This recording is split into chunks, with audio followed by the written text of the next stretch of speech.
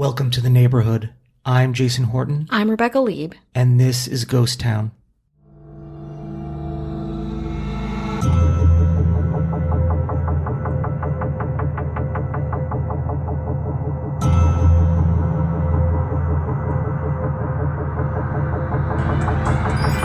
It's the kind of house they don't build anymore.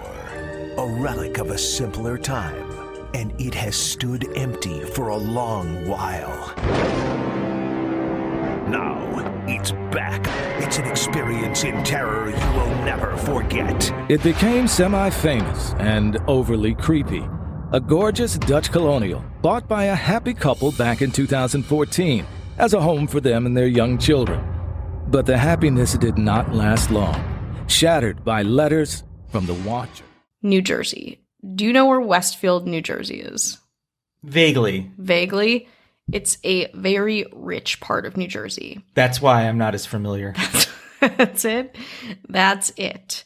Well, this story has become kind of folk legend in this part of New Jersey because it is about Derek and Maria Brodius, the house they bought, and the watcher of this house. It is truly terrifying. As I was doing research on it, I couldn't believe it was real.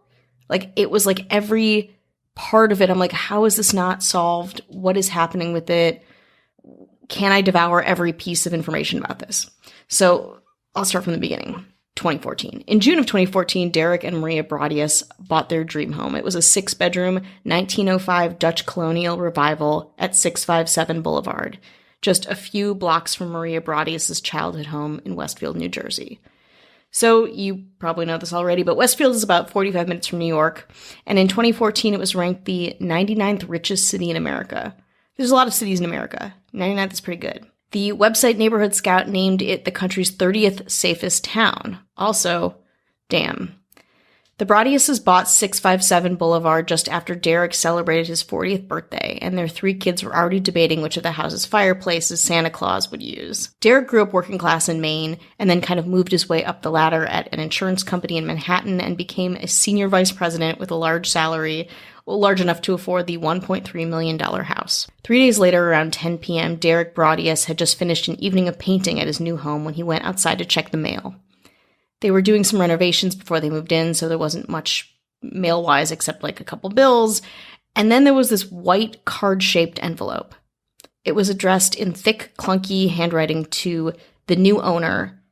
The note itself was typed. It said, "Dearest new neighbor at 657 Boulevard, allow me to welcome you to the neighborhood." Friendly enough. It went on. "How did you end up here? Did 657 Boulevard call to you with its force within? 657 Boulevard has been the subject of my family for decades now, and as it approaches its 110th birthday, I've been put in charge of watching and waiting for its second coming. My grandfather watched the house in the 1920s, and my father watched it in the 1960s. It is now my time. Do you know the history of this house? Do you know what lies within the walls of 657 Boulevard? Why are you here? I will find out." The letter identified the Brodius' Honda minivan and workers renovating the home. "I see already that you've flooded 657 Boulevard with contractors so that you can destroy the house as it is supposed to be," the person wrote. "Tisk, bad move. You don't want to make 657 Boulevard unhappy." Earlier in the week, Derek and Maria had gone to the house and chatted with their new neighbors while their children, who were 5, 8, and 10 years old, ran around the backyard with some other neighborhood kids. Pretty normal stuff. The letter writer knew that somehow and said, "You have children. I've seen them. So far, I think there are 3 that I have counted." He then wrote, or she, "Are there more on the way? Do you need to fill the house with young blood as I requested? Better for me. Was your old house too small for the growing family? Or was it greed to bring me your children? Once I know their names, I will call to them and draw them to me." Terrifying. The envelope had no return address. "Who am I?" the person wrote. "There are hundreds and hundreds of cars that drive by 657 Boulevard each day. Maybe I'm in one. Look at all the windows you can see from 657 Boulevard. Maybe I'm in one. Look out any of the many windows in 657 Boulevard and all the people who stroll by each day. Maybe I am one." The letter concluded with a suggestion that this message would not be the last. "Welcome, my friends. Welcome. Let the party begin. followed by a signature typed in cursive font. So typed in cursive font, The Watcher. Terrifying, does not make sense, very strange, very long too. Like I couldn't get a hold of the letter in its entirety, so this is kind of cobbled together from different reportings of the letter. And I think that's part of the reason is because they are still kind of keeping that close, or that the authorities are kind of keeping it close to the investigation to make sure that people don't know everything about it. But what are your first reactions of that?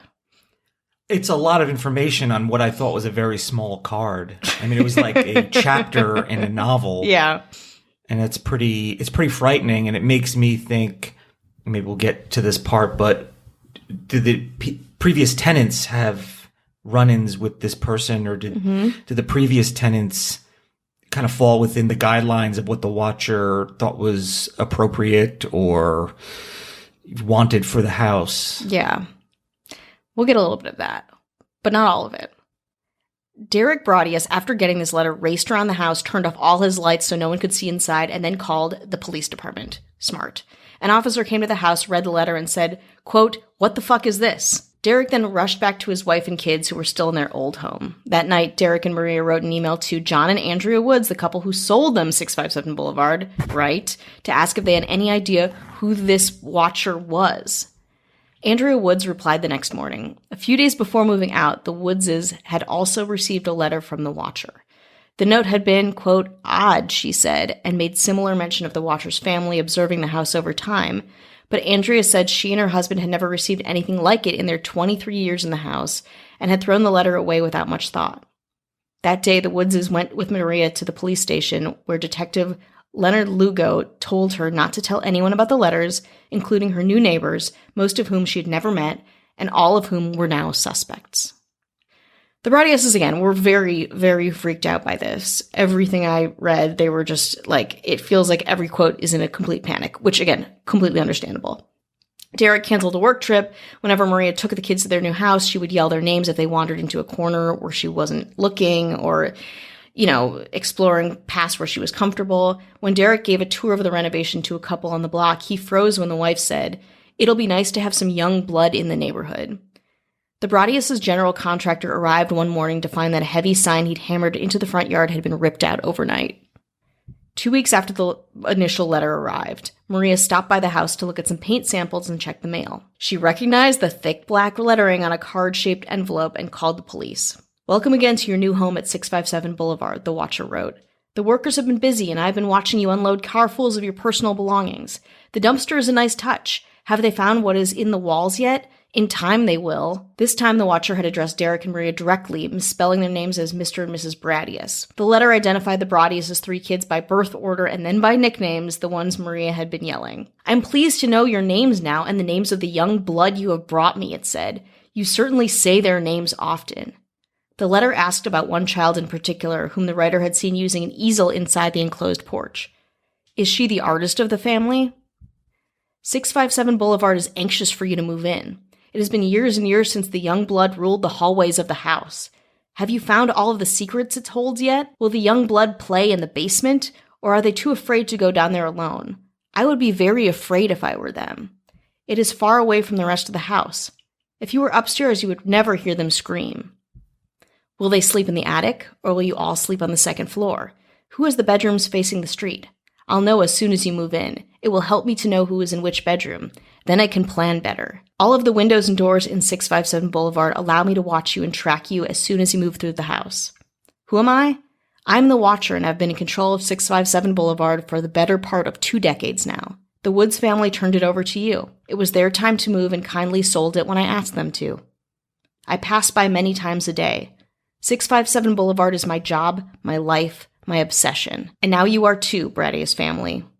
Welcome to the product of your greed. Greed is what brought the past 3 families to 657 Boulevard, and now it has brought you to me.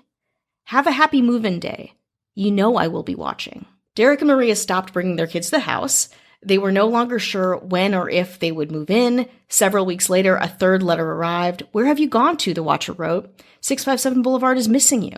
The letters had been processed in Kearney at the U.S. Postal Service's distribution center in northern New Jersey. The first was postmarked June 4th, before the sale was public, and the Woodses had never put up a for sale sign, only a day after the contractors arrived.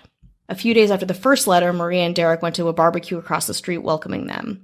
At one point, Derek was chatting with John Schmidt, who lived 2 doors down, when Schmidt told him about the Langfords, who lived between them. Peggy Langford was in her 90s, and several of her adult children, all in their 60s, lived with her.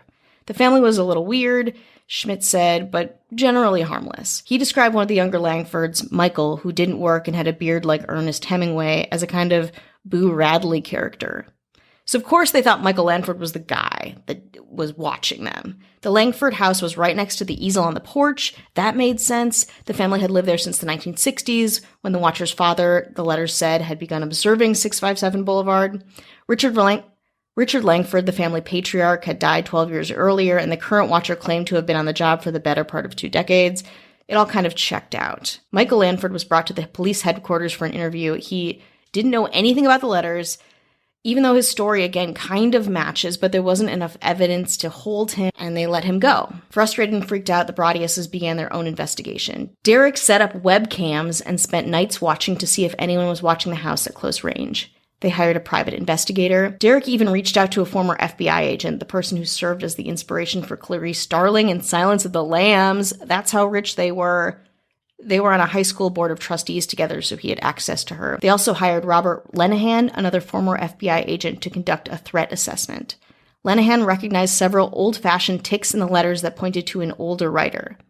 The envelope was addressed to M.M. Bradius. The salutations included the day's weather, warm and humid, sunny and cool for a summer day, and sentences has double spaces between them, also kind of an old thing. The letters had a kind of literary style to them, which again, as I'm reading them, I'm sure like they seem haunting and kind of old school creepy, which suggested someone who read a lot. And there's not a lot of profanity given the level of anger and creepiness, which Lenehan thought was maybe like a less macho type of a writer. Or maybe the watcher had just seen The Watcher, the Keanu Reeves serial killer movie, who was essentially like a stalker who was trying to get a detective. Lenehan didn't think the watcher was likely to act on his threats, but the letters had enough typos and errors to imply that someone was obviously very scary, very strange. Here's another part of the next letter they got. "The house is crying from all of the pain it is going through. You changed it, made it so fancy. You're stealing its history. It cries for the past and what used to be in the time when I roamed its halls. The 1960s were a good time for 657 Boulevard when I ran from room to room, imagining the life with the rich occupants there. The house was full of life and young blood. Then it got old and so did my father, but he kept watching until the day he died. And now I watch and wait for the day when the young blood will be mine again." Lenehan recommended looking into former housekeepers or their descendants. Maybe the watcher was jealous that the Brodiuses bought the home and the writer couldn't afford the home. Meanwhile, Michael Langford, without that much evidence, was still suspect number 1. In cooperation with the Westfield police, the Brodiuses sent a letter to the Langfords announcing plans to tear down the house, hoping that maybe that would prompt some kind of a response. It didn't. Eventually, the Brodiuses hired Lee Levitt, a lawyer who met with the Langfords to show them the letters. The meeting grew tense, and the Langfords insisted Michael did not do this, he didn't write the letters, and that he was innocent. There's reasons to consider other suspects. For one thing, the police spoke to Michael before the second letter was sent, which would make sending 2 more pretty reckless. The private investigator found 2 child sex offenders within a few blocks of the home. Bill Woodward, the Brodius' house painter, had also noticed something that was not quite right. The couple behind 657 Boulevard kept a pair of lawn chairs strangely close to the Brodius' property. "One day I was looking out the window and I saw this older guy sitting in one of the chairs," Woodward said. By the end of 2014, the investigation was going nowhere. Finally, Derek showed the letters to his priest, who just agreed to go on in and bless the house. So eventually the renovations were complete, but the idea of moving in the house filled the Brodiuses with absolute and understandable anxiety.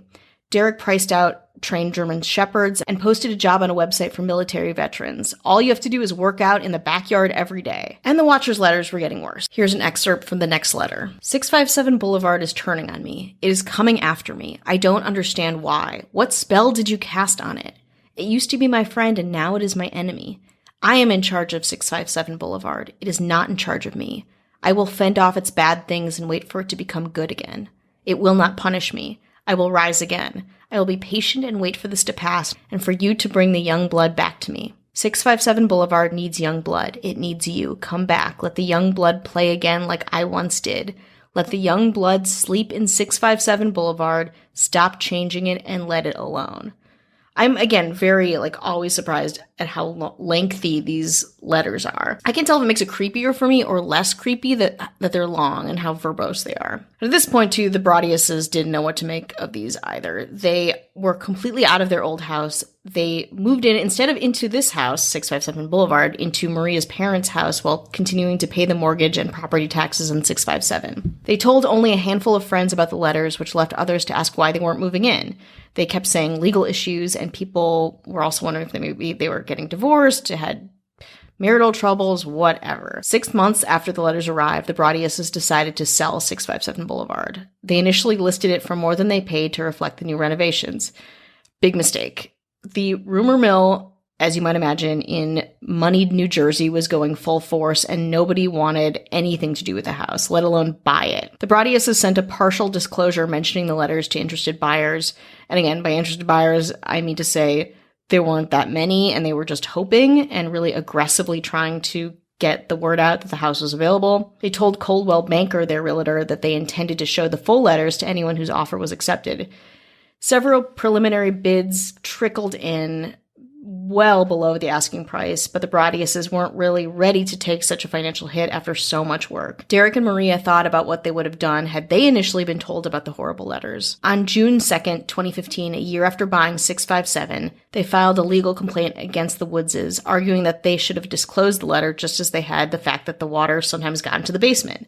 The kids still didn't know about the watcher, the Brodiuses kids, I mean to say, and their lawyer assured them that at most it would be a small story, maybe in a local paper, if anything got out. Of course, that was not the case. A local reporter had found the complaint, which included snippets of the watcher's menacing threats. So this is just a tiny complaint, a couple very, very small pieces of the threats, not even the craziest of what I've read you. I would say benign in the vernacular of these letters and timeline. And of course, he set up a lawn chair to conduct his own 24-hour watch. The Brodiuses got more than 300 media requests, but with the advice from a crisis management consultant referred by one of Derek's colleagues, they decided not to speak publicly to spare their kids even more attention. Eventually, Derek and Maria sat down with their children to explain the bonkers real reason they hadn't moved into their home. The kids were confused. They didn't quite get it. They deferred to their parents, but everyone was kind of in this, state of what do we do next? Meanwhile, of course, media had gotten wind of all of this. Not just rumors around the town. A group of Reddit users, of course, obsessed over Google Maps Street View of the house, which showed a car parked in front of 657 that one user thought had a man holding a camera in the driver's seat. Others more rationally saw kind of a pixelated glare.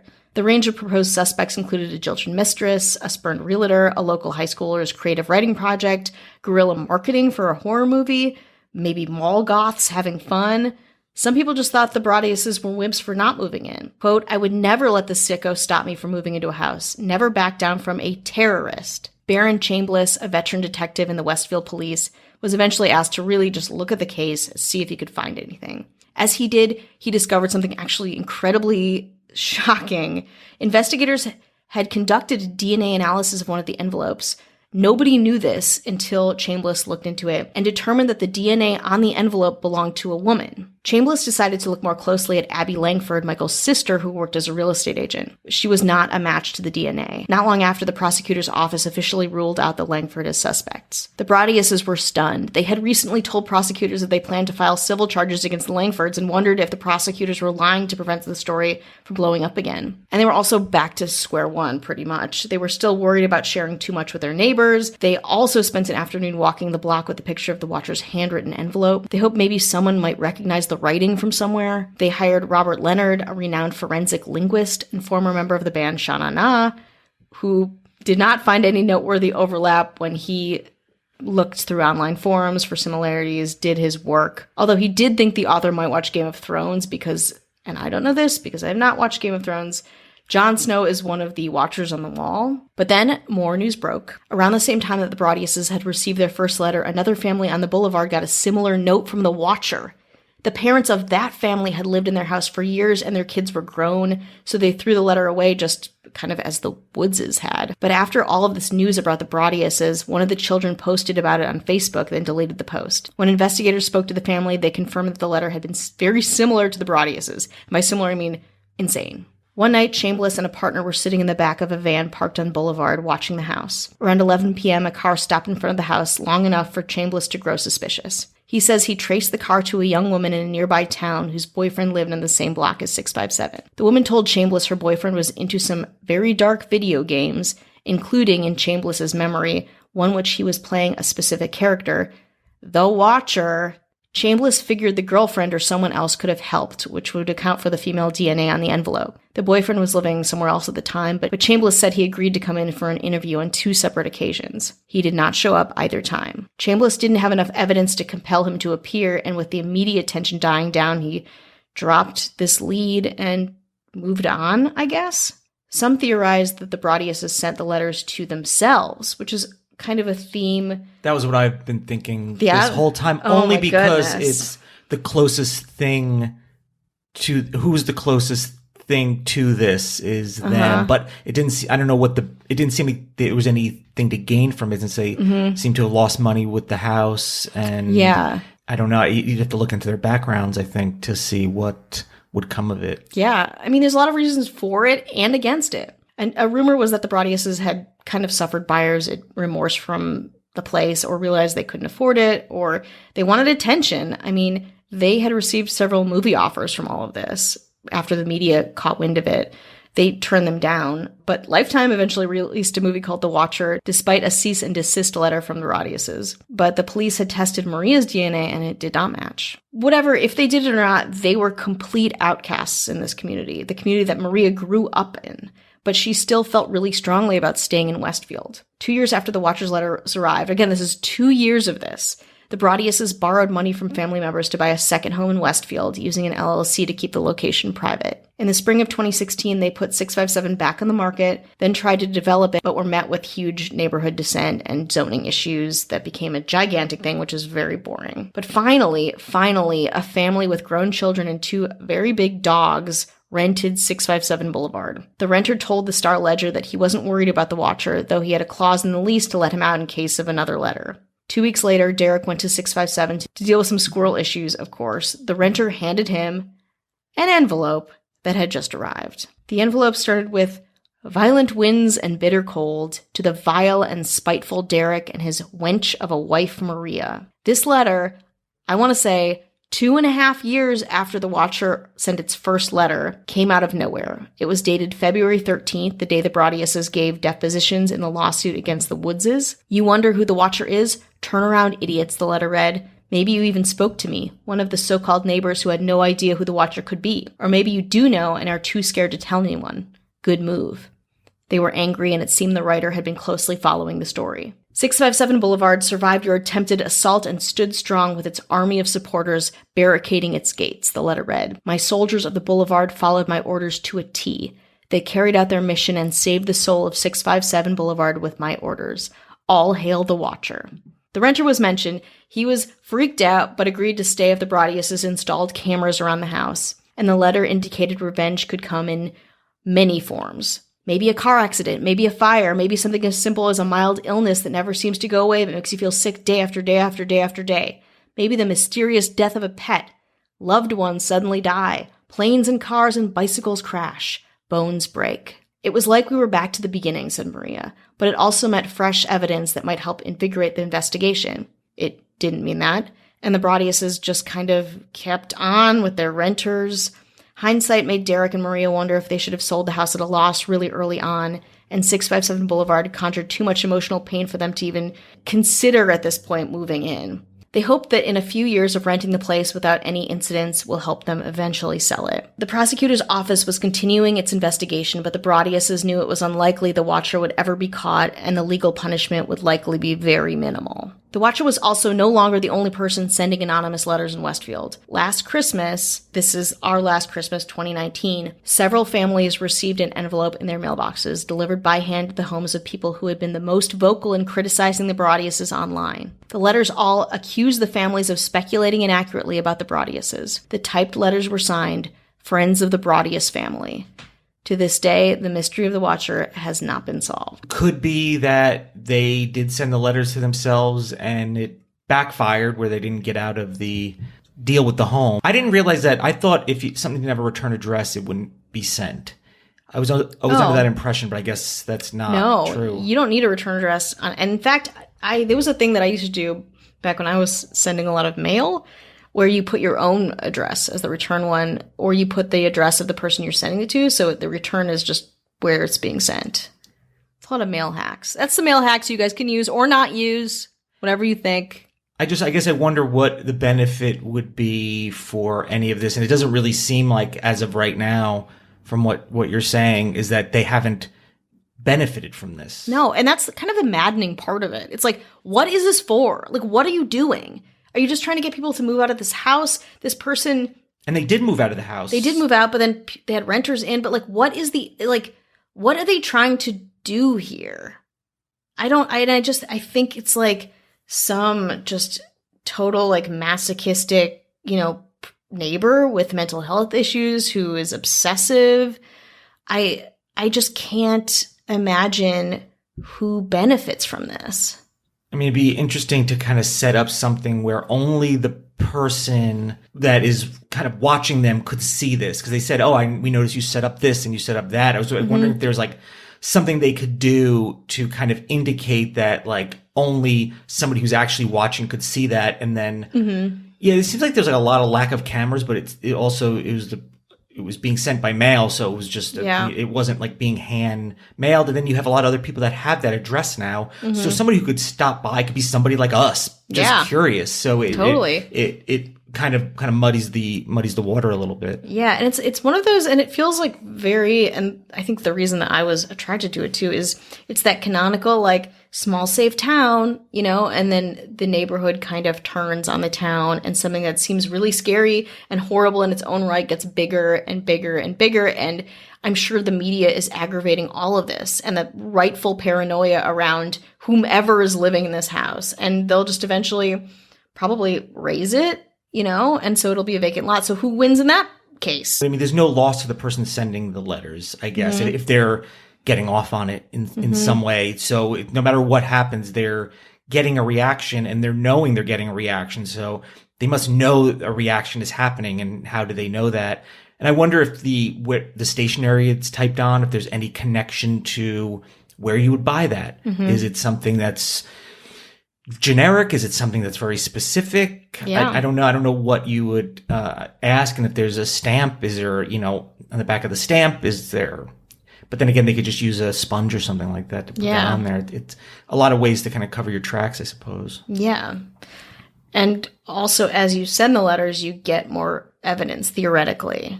Although they didn't, except for the DNA, which no one really knew about till pretty far after the fact.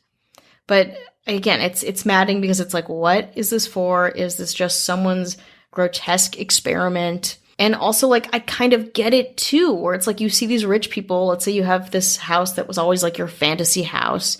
And you see these, rich white people moving in and doing a bunch of shit to it. And you're like, I'm going to fucking fuck with them. I think it's worth, and I don't want to victim blame.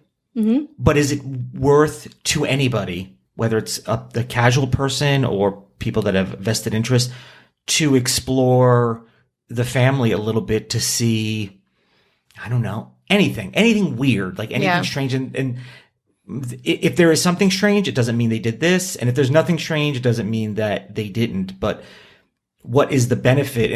And are they suing the previous owners? They filed a complaint against them. And then I read that there was some hearing. I think they settled out of court for a small amount of money. So I just wonder where the Brodiuses are at the end of all this, I guess is what. Yeah. Do they end up theoretically getting maybe what they wanted if they wanted to get out of the house? But it seems like they did put work into it and such, and they didn't really seem like they were. But I mean, you never know. Like you said, if we're talking about people with money, maybe they're are like, hey, listen, this buying this house with this laundered money for some reason isn't working out. So let's. I'm really reaching. Yeah, it's so personal though too, and it's like to do what you're saying, where it's the Broadiuses themselves, like the idea of them, like, and maybe this is part of it too. It's like they're so specific about their own kids. It's so like, ugh. Who definitely knows all the information that came in those letters? The family. They definitely know that. It's not like they said something that they had no idea. If they were like, look inside the top of this closet and you'll find a book. Yeah. And that might be someone's like, yeah, we didn't know that was here. But everything else seems to be information that at a bare minimum, they had that information. Mm-hmm. Yeah. Who beyond it? I mean, possibly plenty of people, obviously. It seems like any neighbor could be the person. Yeah. Well, I wish I could get more about who's living there or who rented it. The people who have the most information about this are clearly the Broadiuses who directly received these letters. But also it could just be the Langfords, that creepy family next door who just decided. And we've done about that town in Iowa, I think, or Ohio. The Circle letters? Yeah, the Circleville letters. Like, this is not exclusive to this case. The idea of unexplained correspondence meant to, provoke, intimidate, scare people. And there's got to be, like, some psychological phenomena about this, and what it's stalking, but it's like distance stalking. Maybe it's closely, not much. Maybe it's not much distance. Ugh. Either way, it's incredibly creepy, and I would not want to be in the position of this family or the people that live there, or the people that used to live there. And I guess to everyone, don't check your mail. Don't check your mail. Your mail. Your mail. Your mail. Your mail.